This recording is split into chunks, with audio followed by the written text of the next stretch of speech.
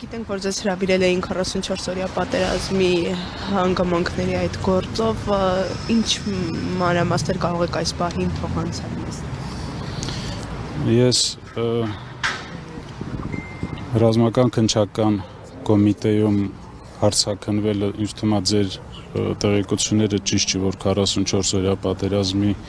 հարցերով է, հիմնականում դա կապված է 23 թվականի տեղի ունեցած իրադարձությունների, ռազմական գործողությունների եւ դրա հետևանքների, թե ինչ հարցեր է բարձրացում հաշվի առնելով նախաքննության անգախնիկը, այս բան չեմ կարող հրապարակեմ, երևի դա ճիշտ կլինի փաստաբանը մեկնաբանի, մենք երբևիցե չենք խուսափել ներկայանալու վարույթ իրականացնող մարմիններ եւ տալ համապատասխան հարցերի պատասխաններ, այսօր եւս որոշակի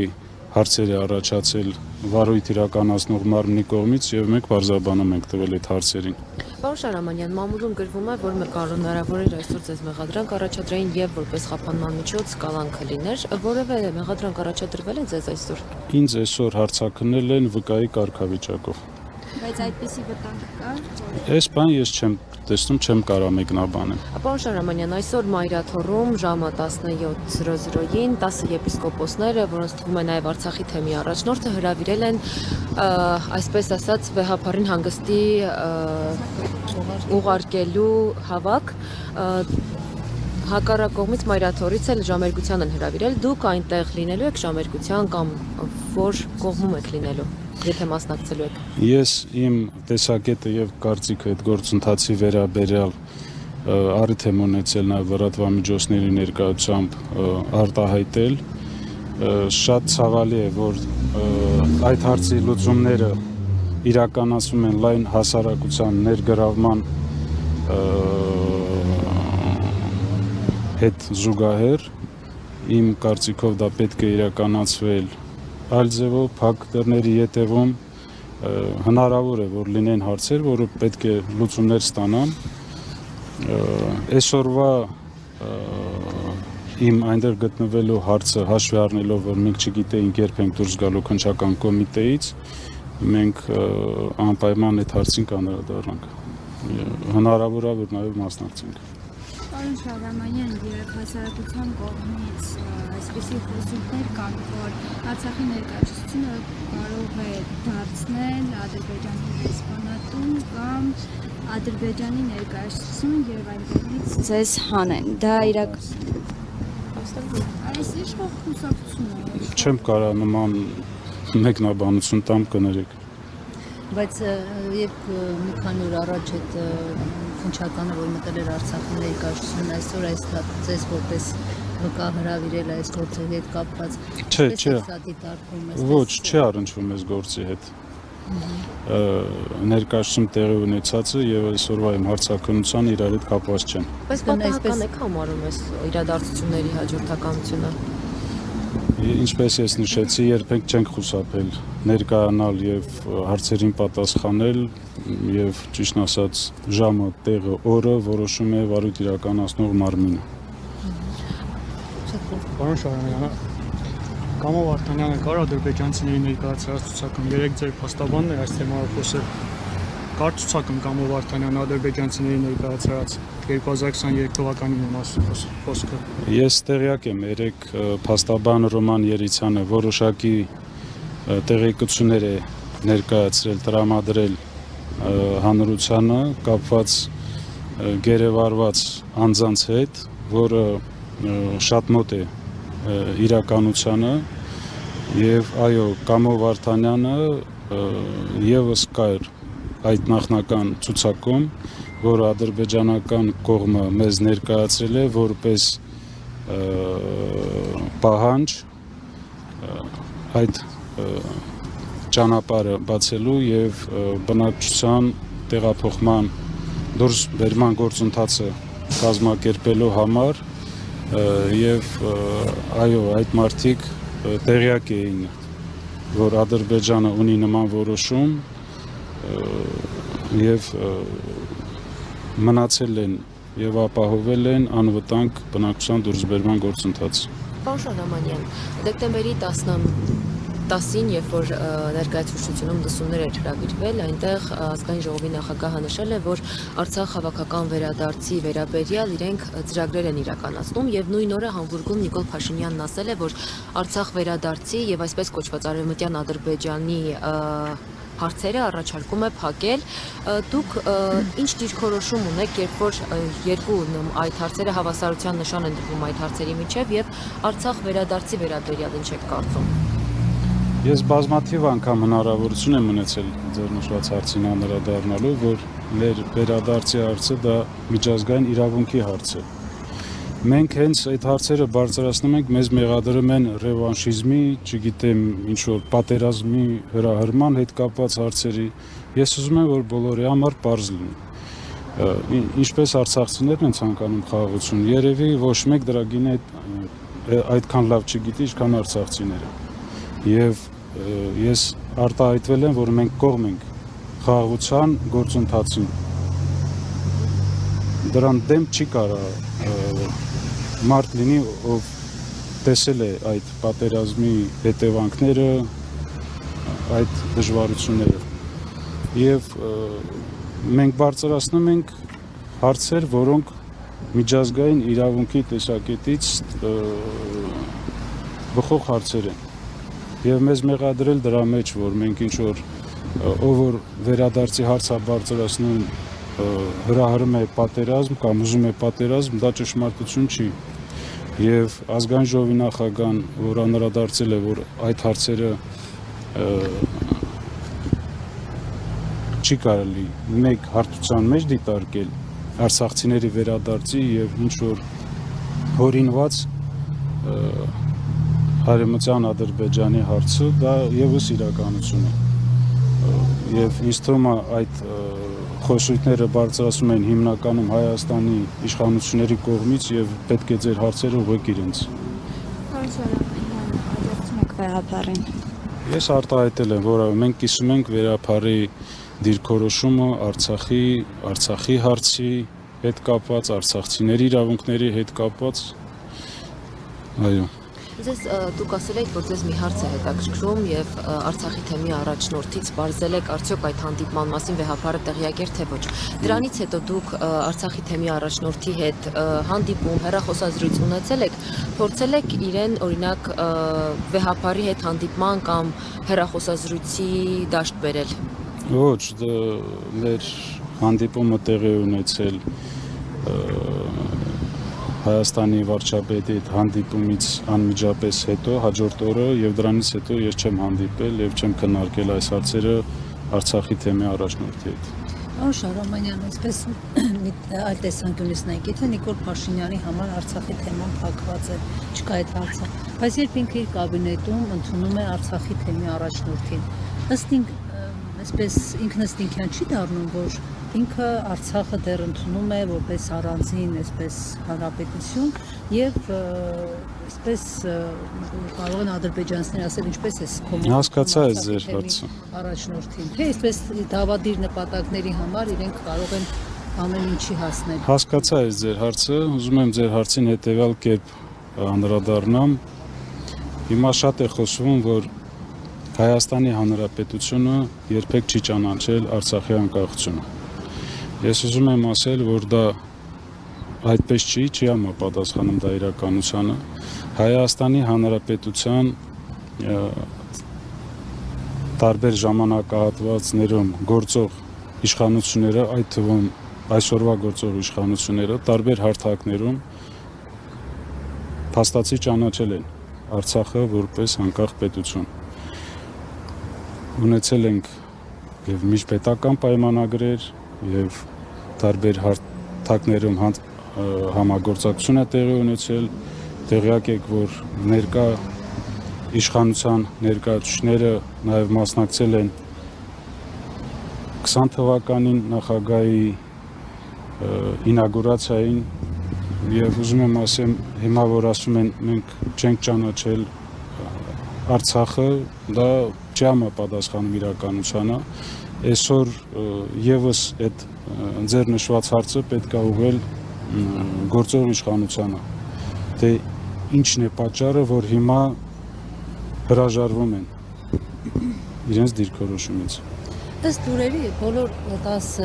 հոգևորականների բարձրաստիճան, ովքեր որ միացել են, ինչ որ կոմպրոմատներ ունի Փաշինյանը, այսպես իրենց ոճով։ Ձեր կարծիքով Արցախի թեմի առաջնորդ այսպես ինքնականն է լծվել այս գործին, թե նրա դեմ էլ ինչ որ մի բան կա, որը որ այսպես Ես նման տեղեկություններ չունեմ, չեմ կարող մեկնաբանեմ ձեր հարցը։ Վերադառնալով թեմային, պարոն Շահրամանյան, Տիգրան Պետրոսյանը Արայիկ Հարությունյանի հետ նամակագրություն է հրապարակել ժամանակին։ Այնտեղ հույս կար, որ ռուսները ուղղաթիռներով կարող են տեղափոխել Արցախյան վերնախավի։ Կար այդ տարբերակը, կար այդ հույսը, եւ ինչու չի ստացվել։ Չեմ կարող ես այդ գրառումները մեկնաբանեմ, ես հույսով եմ, տա Աստված, որ գերեվարված անձինք վերադառնան եւ ձեր բոլորի հարցերի պատասխանները կտրվեն հենց իրենց կողմից։ Ես նաեւ ուզում եմ այդ կոնտեքստում անդրադառնալ վերջերս համացանցում իհայտ եկած տեղեկություններին, որը տարածել է ադրբեջանական կառավարության կից գործող կայքերը եւ ցավոք սրտի նաեւ Հայաստանի որոշ իրենց արբանյակներ փորձել են դրանք տարածել, ներկայացնել, որ իբր գերեվարված անձանց կոորդինատները տրամադրվել են իմ կողմից, որը ոչ թե միայն սուտ է, այլ դա հորինված թեզեր է, հենց հայկական կողմը մոլորեցնելու համար եւ երեք փաստաբան Ռոման Էրիցյանը նաեւ անդրադարձավ, թե ինչպես են գերեվարվել այդ անձինք։ Ուզում եմ զուտ անդրադառնալ, քանի որ համացանցում եւս տարածվել է, որ Ռուբեն Վարդանյանի Հայաստան տեղափոխման ընթացքում ինչ որ կոորդինատներ է տրամադրվել, ուզում եմ նշել, որ ոչ մեկ թաքնված չէր։ Ադրբեջանական կողմը շատ լավ տիրապետում էր, ով որտեղ է գտնվում։ Ռուբեն Վարդանյանին չեն ձերբակալել թաքստոցում, ինչ որ բունկերում, անտառում, այլ ընտրանքային ճանապարհներով դուրս գալու ժամանակահատվածում։ Ինքը տեղափոխվել է, փորձել է, ինչպես բոլորը, տեղահանվել դեպի Հայաստանի Հանրապետություն, այդ ժամանակահատվածում գործող միակ ճանապարհով, Լաչինի միջանցքով։ Շատ լավ իմանալով, որ ճանապարհին կան բազմաթիվ ադրբեջանական հենակետեր, հենց Ստեփանակերտից դուրս գալուց Շուշիի մատույցներում եւ նաեւ կար Հակարի կամուրջում գտնվող ադրբեջանական հսկիչ անցագրային կետ, որտեղ բոլոր հանձնող անձինք ստուգման են ենթարկվել։ Ես շատ լավ իմանալով իմ կարծիքով, որ գերեվարման համար եւ ձերբակալման համար ինքը ադրբեջանական կողմից ունի նման որոշում։ Եվ ինքը չի թաքնվել, ինքը մեքենայով դուրս է եկել ինչպես բոլորը եւ գերեվարվել է Հակարի կամուրջում։ Այսինքն անտրամաբանական է նշել, որ ինչ որ մեկը պետք է կոորդինատներ տրամադրել, որ իրեն ձերբակալեն։ Սամվել Բաբայանին ինչպես է հաջողվել դուրս գալ։ Ինչպես բոլորին։ Սամվել Բաբայանը միակ մարդ չի, որ Ադրբեջանին հետաքրքրող միակ մարդ չի, ով դուրս է եկել անվտանգ, դուրս են եկել նաև գործող պաշտոնյաներ, դուրս են եկել պաշտպանության բանակի հրամանատարներ, Արցախյան շարժման ակտիվիստներ, Արցախյան առաջի պատերազմի ակտիվ մասնակիցներ, ինչպես բոլորը, այնպես էլ ինքը։ Ինչպես ես նշել եմ, կար ցուցակ, որը ներկայացված էր Ադրբեջանի կողմից, որ նշված մարդիկ պետք է մնային եւ իրենց մասով կլիներ առանձին որոշում։ Այդքան։ Շահրամանյան, Սամվել Բաբայանը նույն տեղահանման օրերին, պատերազմի օրերին, այդ սեպտեմբերյան, այսպես կարծես թե թելուն է իշխանության թելը, ամբողջ մեղադրելով Արցախի ղեկավարությանը, հիմա կարծես թե ընդդիմադիր է դարձել։ Դուք հավատում եք նրա այսպես ընդդիմադիր լինելուն, թե նախընտրական process-ները փորձում են նաև Հայաստանի քաղաքական դաշտում այսպես իր տեղը գտնել։ Ես Սամվել Բաբայանի հետ շփվում եմ որպես Արցախյան ազգային ժողովի երկրորդ քաղաքական ուժի ղեկավար եւ ձեր նշված դիրքորոշումների հետ կապված ինձ թվում է դուք հարցերը կարող եք ուղղել իրեն, չեմ կարող ավելի բան ասել։ Այս գործեր կարծես այդ իր չէ, իր հաղորդմամբ հարուցված գործեր։ Ճիշտն ասած ես տեղյակ չեմ թե ում հաղորդմամբ է հարուցվել քրեական գործով, բայց եթե նաև չլիներ նման հաղորդում, ինձ թվում է դրա անհրաժեշտությունը կա, որպեսզի թե հետագայի համար, թե պատմության համար այդ հարցերը պարզաբանվեին, ստանային պատասխաններ։ Հույսով եմ ժամանակը կգաղտնազերծվի եւ հասարակությունը եւս կիմանա ճշմարտությունը ինչա տեղի ունեցել Արցախում։ Վերադառնալով թեմային, պարոն Շահրամանյան, սա շատ է քննարկվում, հնարավոր էր վիրավորների հետ ուղղաթիռներով պայթունից հետո մարդկանց տեղափոխել։ Բեռնախավի նկատի ունեմ։ Ասում են, որ կար նման տարբերակ։ Մինչև ռազմական գործողություններ սկսելը, այդ թվում բլոկադայի ժամանակ դուք տեղյակ եք, որ որոշ բեռներ տեղափոխվում են ուղղաթիռներով, ռուսական ուղղաթիռներով եւ ցանկացած ուղղաթիռ, որը տեղափոխվում էր Արցախից Հայաստան կամ Հայաստանից տեղափոխվում էր Արցախ, ադրբեջանական կողմից մանրակրկիտ զնման է ենթարկվում։ Այդ թվում բացառություն չէր այդ օրերին սեպտեմբերի 25-ի տեղի ունեցած պաշտպանության բանակի զորամասերից մեկում պայթյունի հետևանքով զոհերին եւ վիրավորներին տեղափոխման process-ը եւ այդ ողջ ընթացքում ադրբեջանական ներկայացուցիչները ստուգում էին ուղղաթիռները, այդ թվում նաեւ քանդում էին այդ բինտերը երեսին կապված մարդկանց եւ համոզվելով, որ այլ մարդ չի տեղափոխվում։ Իմ կարծիքով